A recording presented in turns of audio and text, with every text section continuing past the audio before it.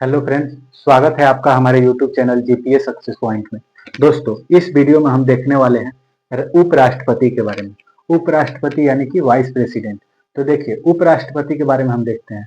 तो उपराष्ट्रपति जो होते हैं ये भारत के दूसरे सर्वोच्च नागरिक होते हैं। पहले नागरिक कौन होते हैं? राष्ट्रपति। दूसरा सर्वोच्च नागरिक कौन होते हैं? तो उपराष्ट्रपति। दूसरे सर्वोच्च नागरिक होते हैं उपराष्ट्रपति। इसके बाद देखिए, हम उपराष्ट्रपति के बारे में पढ़ते हैं कि किस आर्टिकल में क्या दिया हुआ था। आइए शुरू करते हैं। जो हमारे उपराष्ट्रपति हैं इनके बारे में चर्चा किस आर्टिकल में किया गया? तो अब हम पढ़ते हैं आर्टिकल 63 के बारे में। तो आर्टिकल 63 में उपराष्ट्रपति के बारे में कहा गया है कि भारत का एक उपराष्ट्रपति होगा। क्या कहा गया है? कि भारत का एक उपराष्ट्रपति होगा। भारत का उपराष्ट्रपति, एक उपराष्ट्रपति।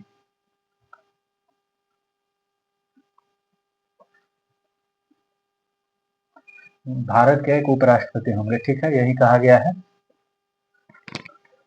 भारत के एक उपराष्ट्रपति होंगे, आर्टिकल 63 में कहा गया। अब देखिए, जो उपराष्ट्रपति के पद का प्रावधान है किस देश के संविधान से लिया गया?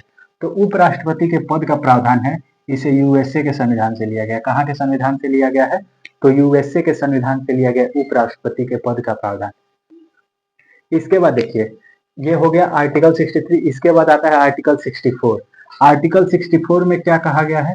तो आर्टिकल 64 यानी कि अनुच्छेद 64 में कहा गया है कि उपराष्ट्रपति जो होते हैं ये राज्यसभा के पदेन सभापति होते हैं। क्या कहा गया है?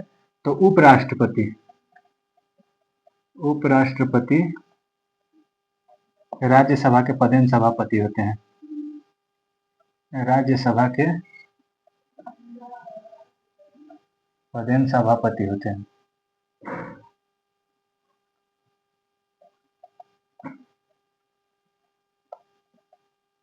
अब देखिए, आर्टिकल 64 में मैंने आपको क्या बताया कि उपराष्ट्रपति राज्यसभा के पदेन सभापति होते हैं। लेकिन इसमें एक बात ध्यान में रखिएगा कि उपराष्ट्रपति जो है ये राज्यसभा के सदस्य नहीं होते हैं, यानी कि राज्यसभा के मेंबर नहीं होते हैं। ये जो उपराष्ट्रपति हैं इनको जो वेतन मिलता है तो राष्ट्रपति के रूप में कार्य करने के लिए वेतन नहीं दिया जाता है, बल्कि राज्यसभा के सभापति के रूप में कार्य करते हैं, इसके लिए इनको वेतन मिलता है। तो इनको वेतन किसके अनुसार मिलता है? तो सभापति के अनुसार, सभापति के तौर पर वेतन मिलता है। उपराष्ट्रपति का वेतन कितना होता है? तो वेतन 4 लाख होता है, इसे आप ध्यान रखेंगे। और राष्ट्रपति का कितना होता है? तो राष्ट्रपति का होता है 5 लाख वेतन। 5 लाख राष्ट्रपति का होता है, उपराष्ट्रपति का 4 लाख होता है। अब देखिए, इसके बाद आता है आर्टिकल हमारा आर्टिकल 65। क्या आता है? आर्टिकल 65। आर्टिकल 65 क्या कहता है? तो अनुच्छेद 65 कहता है, आर्टिकल 65 कहता है कि राष्ट्रपति जब अपने पद पर नहीं हो तो कार्यवाहक राष्ट्रपति के तौर पर उपराष्ट्रपति काम करेंगे। यानी कि राष्ट्रपति के स्थान पे उपराष्ट्रपति कार्यवाहक राष्ट्रपति के तौर पर कार्य करेंगे। यही कहा गया आर्टिकल 65 में कि राष्ट्रपति के स्थान पर उपराष्ट्रपति कार्यवाहक राष्ट्रपति के रूप में कार्य करेंगे। कार्यवाहक राष्ट्रपति के रूप में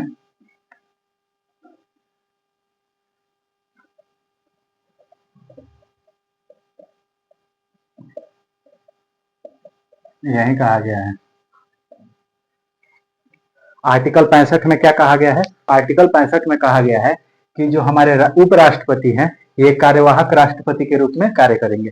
कब करेंगे? तो मैं आपको बता देता हूं, जब राष्ट्रपति अपने पद पर नहीं हो या कहीं गए हो या अभी चुनाव नहीं हुआ हो तो उपराष्ट्रपति क्या करेंगे? कार्यवाहक राष्ट्रपति के रूप में कार्य करेंगे।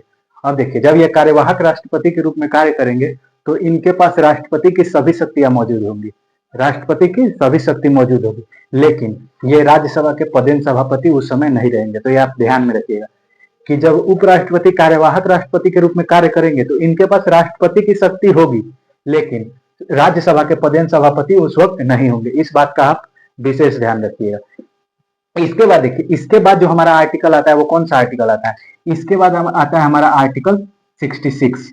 आर्टिकल 66 में क्या कहते हैं? तो आर्टिकल 66 में उपराष्ट्रपति के निर्वाचन की बात की गई है। किसके बारे में बात की गई है? तो उपराष्ट्रपति के निर्वाचन, उपराष्ट्रपति के निर्वाचन की बात की गई, निर्वाचन की बात की गई। अब देखिए ये उपराष्ट्रपति का जो निर्वाचन होता है ये कैसे निर्वाचन होता है, तो ये जो निर्वाचन होता है अप्रत्यक्ष निर्वाचन होता है। कैसा निर्वाचन होता है, तो अप्रत्यक्ष निर्वाचन होता है। ठीक, उसके बाद देखिए चुनाव फिर और निर्वाचन कैसा होता है, अप्रत्यक्ष और गुप्त मतदान होता है। यानी कि इसमें उपराष्ट्रपति के निर्वाचन में कैसा मतदान होता है, तो गुप्त मतदान होता है, गुप्त मतदान होता है। और एकल संक्रमणीय मत पद्धति के अनुसार होता है। कैसे होता है, एकल संक्रमणीय मत पद्धति।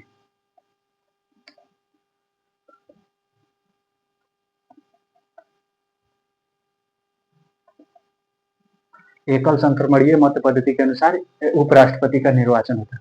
अब देखिए उपराष्ट्रपति का जो निर्वाचन मंडल है इसमें कौन कौन भाग लेता है, तो उपराष्ट्रपति के जो निर्वाचन में इसमें कौन भाग लेता है, तो संसद जो हो गया, संसद, इसके दो दो हाउस हो गए जाएंगे, कौन, तो एक राज्यसभा और एक लोकसभा। दोनों हाउस के जो इलेक्टेड और नॉमिनेटेड, कौन, इलेक्टेड और नॉमिनेटेड दोनों एमपी, इलेक्टेड इलेक्टेड और नॉमिनेटेड नेटेड एमपी, दोनों सदन के, राज्यसभा और लोकसभा दोनों के इलेक्टेड और नॉमिनेटेड एमपी राष्ट्रपति के निर्वाचन मंडल में भाग लेंगे, यानी कि निर्वाचन में भाग लेंगे। निर्वाचन कौन कराएगा, तो चुनाव आयोग कराएगा आर्टिकल 324 के तहत। ठीक, अब इसके बाद देखिए इसमें राज्य विधानमंडल के कोई भी सदस्य भाग नहीं लेंगे, केवल संसद यानी कि राज्यसभा और लोकसभा के इलेक्टेड और नॉमिनेटेड एमपी भाग लेंगे। और यहाँ पे देखिए ये उपराष्ट्रपति के बारे में मैं बता रहा था, तो उपराष्ट्रपति जो होते हैं ये राज्यसभा का सदस्य नहीं होते हैं। क्या, उपराष्ट्रपति राज्यसभा के सदस्य नहीं होते हैं। आप यहीं पे लिख लीजिए कि उपराष्ट्रपति राज्यसभा के सदस्य नहीं होते हैं। उपराष्ट्रपति जो होते हैं ये राज्यसभा के सदस्य नहीं होते हैं,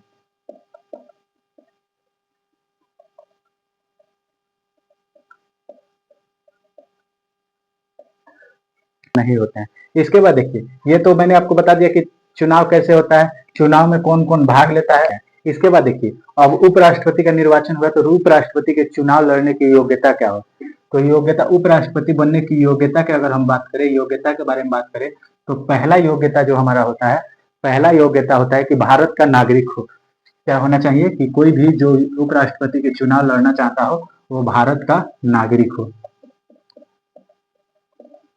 भारत का नागरिक हो। अब देखिए भारत का नागरिक, मैंने आपको पिछले वीडियो में राष्ट्रपति के बारे में पढ़ा रहा था तब भी बताया था कि कोई जरूरी नहीं है कि वो जन्म से ही भारत का नागरिक, वो किसी भी प्रकार से भारत का नागरिकता अगर लिया हुआ है तो भारत का नागरिक ही होता है।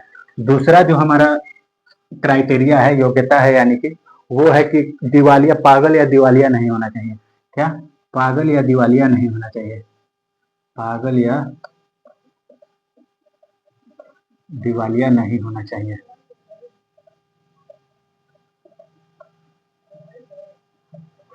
पागल या दिवालिया नहीं होना चाहिए। तो देखिए मैंने आपको क्या बताया, दूसरा दूसरा जो योग्यता है पागल या दिवालिया नहीं होना चाहिए। इसके बाद जो हमारा तीसरा योग्यता है, यानी कि तीसरा योग्यता क्या है कि उम्र कितना होना चाहिए, 35 वर्ष आयु होना चाहिए। आयु कितना होना चाहिए, 35 वर्ष होना चाहिए। उसके बाद देखिए उसके बाद जो आता है कि क्या होना चाहिए उपराष्ट्रपति बनने की योग्यता में, तो 20 प्रस्तावक और 20 अनुमोदक का साइन मतलब होने चाहिए, 20 प्रस्तावक और 20 अनुमोदक होने चाहिए। क्या होता है चौथा हमारा, 20 प्रस्तावक और 20 अनुमोदक अनुमोदक होने चाहिए। इसके बाद देखिए इसके बाद जो हमारा अगला आता है कि 20 प्रस्तावक और 20 अनुमोदक होने चाहिए, ये तो ठीक है, वो किसी भी लाभ के पद पर ना हो, ये भी आप ध्यान में रखिएगा। और वो राज्यसभा के बनने की या राज्यसभा सदस्य बनने की योग्यता रखता हो। क्या, इसके बाद जो हमारा है क्या है, राज्यसभा सदस्य बनने की योग्यता रखता हो, राज्यसभा सदस्य बनने की योग्यता, बनने के योग्य हो, यानी कि योग्यता रखता हो।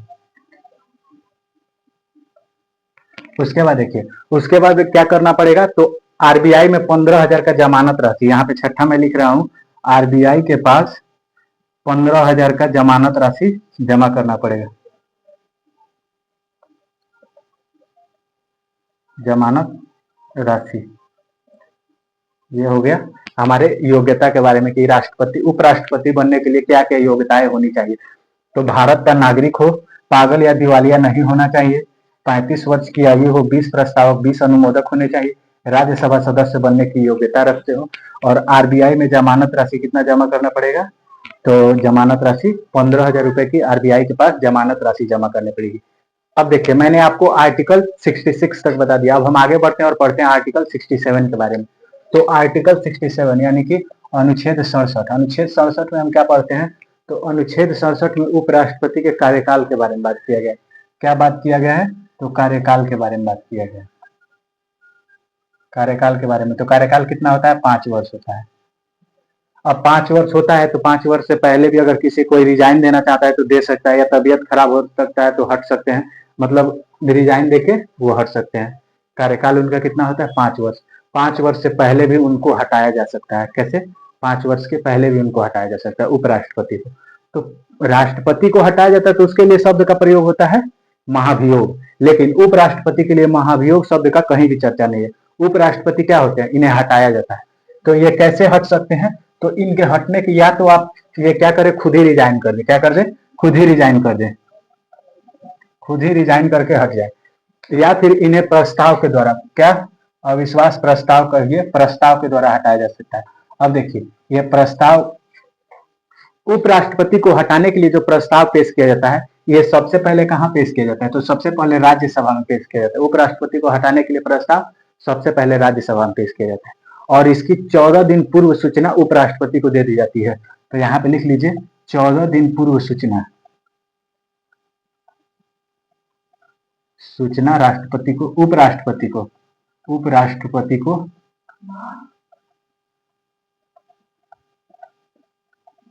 दे दी जाती है। ठीक है, कि राज्यसभा में पेश किया जाता है और 14 दिन पूर्व सूचना उपराष्ट्रपति को दे दी जाती है। अब यहाँ पे राज्यसभा में पेश हुआ तो इसमें राज्यसभा में विशेष बहुमत से, यानी कि टोटल का 50% प्लस 1 वोट पाने के बाद यह प्रस्ताव, मतलब इतना सभी इतना एमपी सहमत हो जाए तो ये राज्यसभा से पारित हो जाएगा। राज्यसभा से पारित होने के बाद ये कहाँ पहुंचेगा, तो लोकसभा में पहुंचेगा। लोकसभा में पहुंचेगा तो 14 दिन पूर्व सूचना उपराष्ट्रपति को दे दी गई है, तब अब उपराष्ट्रपति लोकसभा में आएंगे और अपनी बात को रखेंगे। अगर लोग इनकी बात मान गए तो ठीक, और नहीं तो राज्यसभा में साधारण बहुमत से पास करना पड़ेगा। साधारण बहुमत कहने का मतलब है कि वोटिंग का जितना भी वोटिंग हुआ है, वोटिंग का 50% प्लस 1, यही हो गया साधारण बहुमत। इससे अगर लोकसभा में पारित हो जाता है तो उपराष्ट्रपति पर प्रस्ताव जो आया था, अविश्वास प्रस्ताव, उसके माध्यम से उपराष्ट्रपति अपने पद से हट जाएंगे।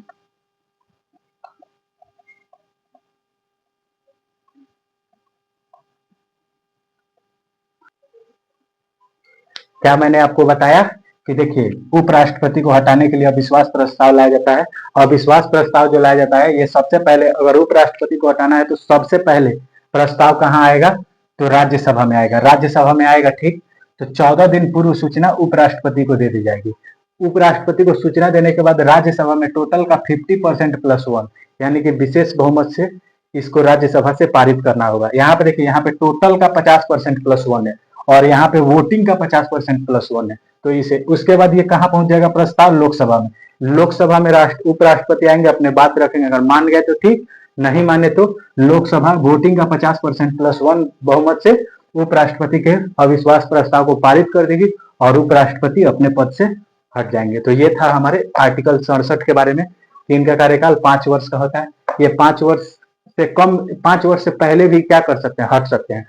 तो पहला हट कैसे हट सकते हैं, तो रिजाइन देकर हट सकते हैं। उसके बाद इन पे अविश्वास प्रस्ताव लाकर इनको हटाया जा सकता है।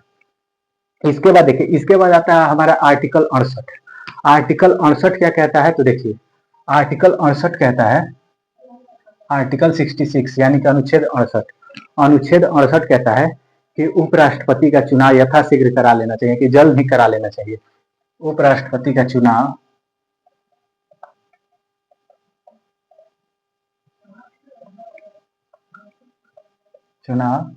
यथाशीघ्र करा लेना चाहिए।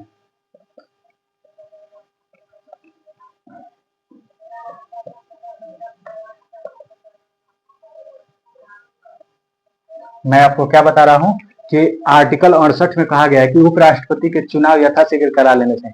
मान लीजिए कि अभी का समझिए कि हमारे जो उपराष्ट्रपति थे जगदीप धनखड़ जी, इन्होंने क्या किया, स्वास्थ्य का हवाला देते हुए अपने पद से रिजाइन कर दिया। ठीक, तो ऐसा कोई जरूरी नहीं है कि 6 महीने के अंदर कितना भी, इसमें समय का जिक्र नहीं किया गया कि इतने समय के अंदर उपराष्ट्रपति का चुनाव करा लेना चाहिए, बल्कि इसमें यह कहा गया है कि उपराष्ट्रपति का चुनाव जल्द ही, जितना जल्दी हो सके उतना जल्दी करा लेना चाहिए। इसमें कोई भी समय की बाध्यता नहीं है कि इतने समय के अंदर उपराष्ट्रपति का चुनाव करा लेना चाहिए। तो ये था हमारा आर्टिकल 68 में। इसके बाद देखिए, इसके बाद जो आता है हमारा आर्टिकल 69, क्या आता है, आर्टिकल 69 यानी कि आर्टिकल 69 यानी कि अनुच्छेद 69। अनुच्छेद 69 में क्या बात किया गया है, तो अनुच्छेद 69 में उपराष्ट्रपति के शपथ के बारे में बात किया गया। किसके बारे में बात किया गया है, तो उपराष्ट्रपति के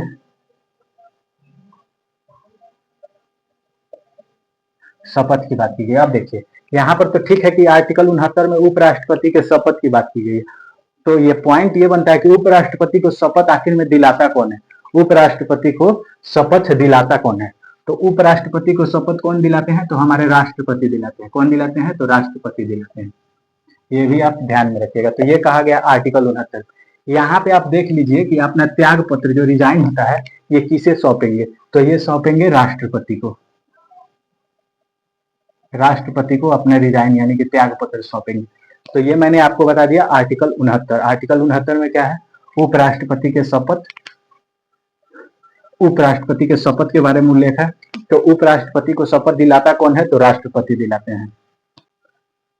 देखिए आर्टिकल 69 हो गया, आर्टिकल 69 हो गया। अब हम पढ़ते हैं आर्टिकल 70 के बारे में। आर्टिकल 70 ये भी उपराष्ट्रपति से संबंधित आर्टिकल है। देखिए इसमें क्या कहा गया, आर्टिकल 70 में क्या कहा गया, तो आर्टिकल 70 में कहा गया है आकस्मिकताओं का बात किया गया है जिसका चर्चा नहीं हुआ है। वैसी स्थिति में राष्ट्रपति का पद खाली हो जाए, यानी कि मान लीजिए कि राष्ट्रपति का तबियत खराब हो गया, स्वास्थ्य खराब हो गया, या कभी राष्ट्रपति का अपहरण हो जाए, तो ऐसी स्थिति में राष्ट्रपति के पद जो खाली होता है उस स्थिति में क्या, उस स्थिति में राष्ट्रपति उपराष्ट्रपति के रूप में कार्य करेंगे। इसी के बारे में आर्टिकल 70 में कहा गया है। तो ये इतना ज्यादा इंपॉर्टेंट नहीं है, लेकिन फिर भी मैं आपको बता दिया। नोट करना चाहे तो नोट कर लेंगे कि वैसी आकस्मिक स्थिति की बात की गई है, आकस्मिक स्थिति की बात की है जिसकी चर्चा नहीं है, यानी कि स्वास्थ्य खराब हो जाए ऐसी स्थितियों की बात की गई है। उस समय अगर राष्ट्रपति का पद खाली होता है तो उस समय उपराष्ट्रपति कार्यवाहक राष्ट्रपति के रूप में कार्य करेंगे, यही कहा गया। अब देखिए मैं आपको एक पॉइंट समझाना चाहता हूँ। देखिए क्या समझाना चाहता हूँ। पहले के समय में ये होता था कि राष्ट्रपति के लिए, उपराष्ट्रपति के लिए चुनाव नहीं होता था। क्या होता था, उपराष्ट्रपति के लिए चुनाव नहीं होता था। उपराष्ट्रपति के लिए मीटिंग बैठता था, राज्यसभा लोकसभा दोनों का ज्वाइंट मीटिंग बैठता था और ज्वाइंट मीटिंग के माध्यम से तय कर लिया जाता था कि उपराष्ट्रपति किसे बनाया जाएगा। तो मैं आपको क्या बता रहा हूँ कि पहले क्या किया जाता था, राज्यसभा और लोकसभा, राज्यसभा लोकसभा दोनों का ज्वाइंट मीटिंग होता था, ज्वाइंट मीटिंग होता था और इसमें यह चूज कर लिया जाता था कि कौन उपराष्ट्रपति बनेगा, कौन उपराष्ट्रपति बनेगा, राष्ट्रपति बनेगा। देखिए तो उपराष्ट्रपति के लिए ज्वाइंट मीटिंग होता था और उपराष्ट्रपति चुन लिया जाता था। लेकिन फिर हुआ 11वां संविधान संशोधन, कौन, 11th कॉन्स्टिट्यूशनल अमेंडमेंट एक्ट, संविधान संशोधन 1961 में हुआ। इसके माध्यम से क्या बोला गया, इसके माध्यम से बोला गया कि राष्ट्रपति, उपराष्ट्रपति के लिए चुनाव हो। क्या बोला गया कि उपराष्ट्रपति के लिए चुनाव होगा, उपराष्ट्रपति के लिए चुनाव होगा। तो देखिए पहले मैंने आपको बता दिया कि दोनों सदन का ज्वाइंट मीटिंग हो जाता था और उपराष्ट्रपति चुन लिया जाता था। लेकिन 11वां संविधान संशोधन 1961 हुआ, इसमें कहा गया कि उपराष्ट्रपति का चुनाव होगा। अब देखिए हम कुछ पॉइंट देखते हैं। जैसे उपराष्ट्रपति के कार्यकाल पर अब तक 2 बार उपराष्ट्रपति रहने वाले कौन कौन है, तो 2 बार उपराष्ट्रपति रहने वाले कौन कौन है, तो 2 बार उपराष्ट्रपति रहने वाले हैं। पहले तो आपको याद होगा, पहले जो हमारे उपराष्ट्रपति, पहले उपराष्ट्रपति कौन थे, तो डॉक्टर सर्वपल्ली राधाकृष्णन। कौन थे, तो सर्वपल्ली राधाकृष्णन जी थे। इनका भी कार्यकाल कितने साल का था, 2 साल का था। इनका कार्यकाल 2 साल कह रहा हूं, इनका कार्यकाल 2 बार था। और 2 बार कार्यकाल होने वाला एक और राष्ट्रपति, उपराष्ट्रपति कौन थे, तो दूसरे उपराष्ट्रपति कौन थे, हामिद अंसारी। इनका भी कार्यकाल, दूसरा उपराष्ट्रपति मैं नहीं बोल रहा हूँ, 2 बार उपराष्ट्रपति जो रहे थे उनके बारे में बात कर रहा हूँ। कौन थे? हामिद अंसारी थे। अब देखिए, उपराष्ट्रपति के तौर पर सबसे कम कार्यकाल किसका था? सबसे कम कार्यकाल उपराष्ट्रपति के तौर पर सबसे कम कार्यकाल किसका था? तो उपराष्ट्रपति के तौर पर सबसे कम कार्यकाल था वीवी गिरी। किसका था? वीवी गिरी। और वीवी गिरी के बारे में एक और पॉइंट आप याद रखिए, एग्जाम में पूछ लेता है। ये एकमात्र व्यक्ति थे जो उपराष्ट्रपति भी रहे हैं, राष्ट्रपति भी रहे हैं और कार्यवाहक राष्ट्रपति तीनों रहे हैं। क्या रहे हैं? तो प्रेसिडेंट भी रहे हैं, वाइस प्रेसिडेंट भी रहे हैं और कार्यवाहक राष्ट्रपति भी रहे हैं, कार्यवाहक प्रेसिडेंट भी रहे हैं। क्या मैंने आपको बता दिया कि वीवी गिरी प्रेसिडेंट भी रहे हैं, वाइस प्रेसिडेंट भी रहे हैं और कार्यवाहक राष्ट्रपति भी रहे हैं, एकमात्र ऐसे व्यक्ति थे। उसके बाद देखिए, एक और पॉइंट बनता है ये एग्जाम के दृष्टिकोण से कि कौन ऐसे उपराष्ट्रपति हैं जिनके कार्यकाल के दौरान ही मृत्यु हो गई। तो कार्यकाल के दौरान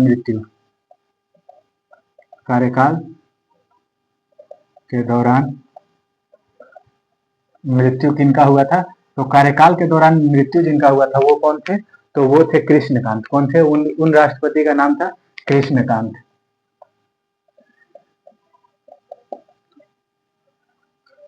ये हो गया कि कार्यकाल के दौरान मृत्यु किसकी हुई थी? कृष्णकांत। तो और एक पॉइंट उपराष्ट्रपति के बारे में आप याद रखेंगे कि उपराष्ट्रपति जो होता है यह हमारे किसी भी सदन का सदस्य नहीं होता है। क्या होता है? मैंने आपको पहले ही बताया कि उपराष्ट्रपति किसी भी सदन का सदस्य नहीं होता है। इसलिए अगर कभी क्वेश्चन आपसे पूछ दे कि क्या उपराष्ट्रपति ज्वाइंट मीटिंग में भाग ले सकता है या नहीं ले सकता, तो आप याद रखिएगा कि वो सदन का सदस्य नहीं होता है, इसीलिए उपराष्ट्रपति ज्वाइंट मीटिंग में भाग नहीं ले सकता है। तो ये था हमारा उपराष्ट्रपति के बारे में कंप्लीट इन्फॉर्मेशन। तो मिलते हैं आपसे अगले वीडियो में। तब तक के लिए आप हमारे YouTube channel GPA success point को सब्सक्राइब कीजिए, वीडियो को लाइक कीजिए और शेयर कीजिए। Thank you.